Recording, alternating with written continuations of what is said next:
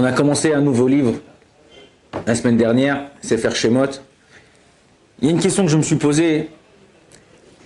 Avant qu'on arrive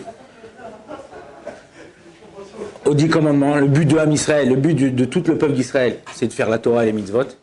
Ok, un peuple sans loi, c'est pas un peuple, c'est la jungle. Et avant d'arriver à Parashat Yitro, les Tunisiens ils connaissent bien, ouais, il y a Parashat Shemot, Vaera, Bo, Béchalach, Yitro. C'est-à-dire qu'il y a 3, 4, 5 parachiotes qui viennent nous raconter comment les Bnei Israël ils ont souffert, ils ont galéré, ils ont pleuré, ils ont...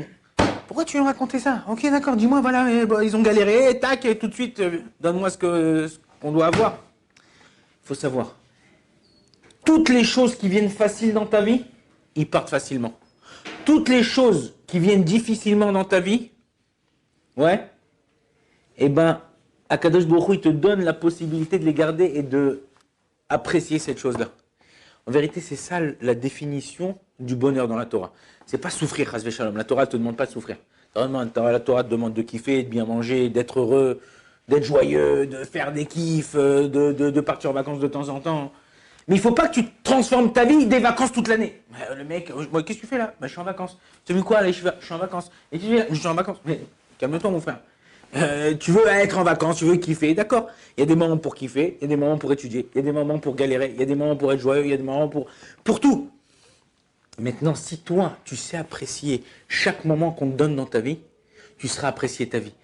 Mais tout dépend de tes yeux. On est dans une période qui s'appelle la période des Shovavim. Ouais, Sholavi. Ouais, ça fait la même chose en français sans le M à la fin. Shovavim, Sholavi, ouais, c'est quoi? C'est qu'on vient réparer la faute. En général, la faute charnelle, la faute de l'homme, ok? Vous m'avez compris. Et comment? Baba Saleh, il faut savoir que Baba Saleh, il y a son petit-fils là qui est là. Je sais qu'à mon époque, quand je suis arrivé il y a 28 ans en Israël, le Rav Boussou, Rav Shlomo Boussou, il le faisait pendant une certaine période. Il jeûnait de Shabbat en Shabbat. Il jeûnait de dimanche, samedi soir, samedi soir on faisait même laver Malka, jusqu'à vendredi soir. Baba Saleh, c'était pendant les Shovavim, toutes les semaines. 5, 6, 7 semaines, ta.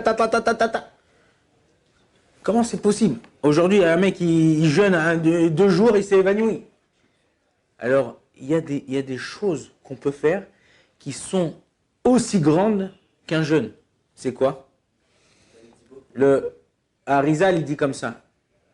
Il dit que c'est vrai que cette période-là, on répare avec les jeûnes. C'est pour ça que, par exemple, c'est quand Rosh Chodesh, c'est jeudi. Mercredi, dans certaines yeshivot, les yeshivot des kabbalistes, ils font le tikkun à Shovavim. Ils lisent tout le Tehillim, ils mettent des pièces à la Sedaka, ils font certaines choses pour pouvoir justement réparer ça. Et il dit, la Gemara nous dit comme ça, que quelqu'un, par exemple, je dis, j'ai un animal, okay, j'ai un veau. Je dis, le pied du veau, il est pour le Beth Amikdash. Eh ben, pas seulement le pied, toute la vache, elle devient kadosh pour le Beth Amikdash. La même chose, il dit le Harizal. Si toi, tu dis à Kadosh Baruch Hu, tu sais quoi? Je veux te faire plaisir. Ben, tu sais quoi? Mes yeux, juste mes yeux, voilà. Tout mon corps, c'est pour moi, je peux kiffer tout ça et tout. Mais mes yeux, je les sanctifie à Kadosh Baruch Hu. Je t'ai pas dit, Chas v'Shalom, te crever les yeux. Juste, tu dis, voilà, Kadosh Baruch Hu, je fais attention à ce que je regarde. Ce que tu regardes sur ton tel, ce que tu regardes dans la rue, ce que tu regardes quand tu as un entretien, ce que tu regardes n'importe où. Et ben, il dit comme ça, il dit, c'est pas seulement tes yeux qui sont kadosh, qui sont saints, tu as sanctifié tout ton corps. C'est-à-dire que tout ton corps, il est kadosh. Maintenant, je vous pose une question. Pourquoi quand quelqu'un, la tête ou le ventre? Tu veux un coup de poing dans la tête ou un coup de poing dans le ventre? Non, c'est Chas v'Shalom, quelqu'un il reçoit un coup. Quelqu'un il se reçoit un coup. Dans la main. Un enfant, prends un enfant de 8 ans, il s'est reçu un coup dans la main. Qu'est-ce qu'il va faire? Il va pleurer. Mais non, il a reçu le coup dans la main, les larmes elles sortent d'où? Elles sortent des yeux. Ouais. Pourquoi le mec, il a reçu un coup dans l'oreille? Ok, il a mal à l'oreille. Quand il pleure, ça coule d'où? Ça coule des yeux. Ça devrait couler du doigt, de l'oreille. Pourquoi ça coule? Le mec, il a mal au pied. Ah, il commence à pleurer, il a mal. Ça coule des yeux. Pourquoi ça coule des yeux? En vérité, Akadosh Baruch Hu, il veut nous montrer quelque chose dans la vie.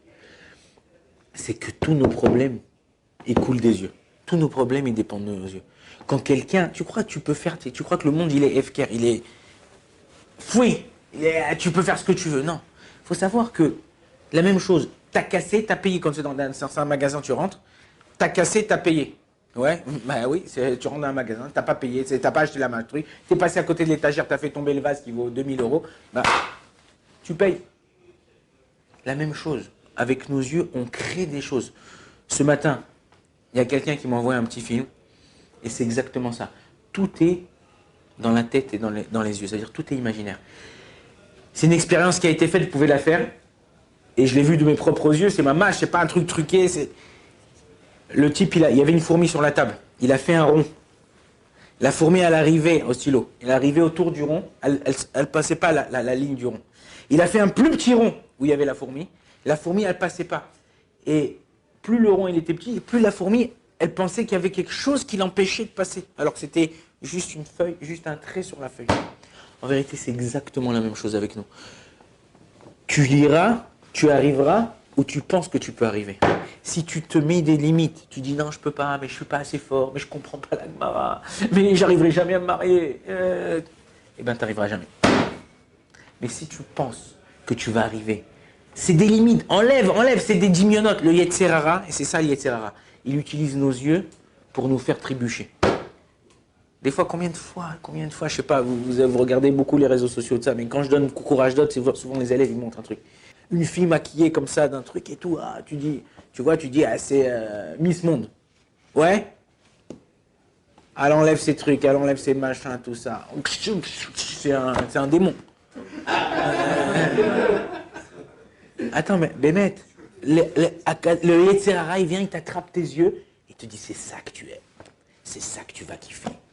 C'est ça ton rêve. C'est ça ta vie. Et toi, t'es là avec ton téléphone et tout. Attends. Et si on te l'enlève, tu deviens comme un ouf, tu commences à pleurer. Parce qu'en vérité, c'est Achizat Enaim. C'est, comment dire, comment ils font les magiciens de la... Hein, c'est l'illusion. Exactement, c'est l'illusion. Si tu arrives à savoir que tu es au-dessous de tout, tu es au-dessus de tout ça, peu importe le projet que tu auras dans ta vie, tu réussiras. Bon, Adonai Olam, amen.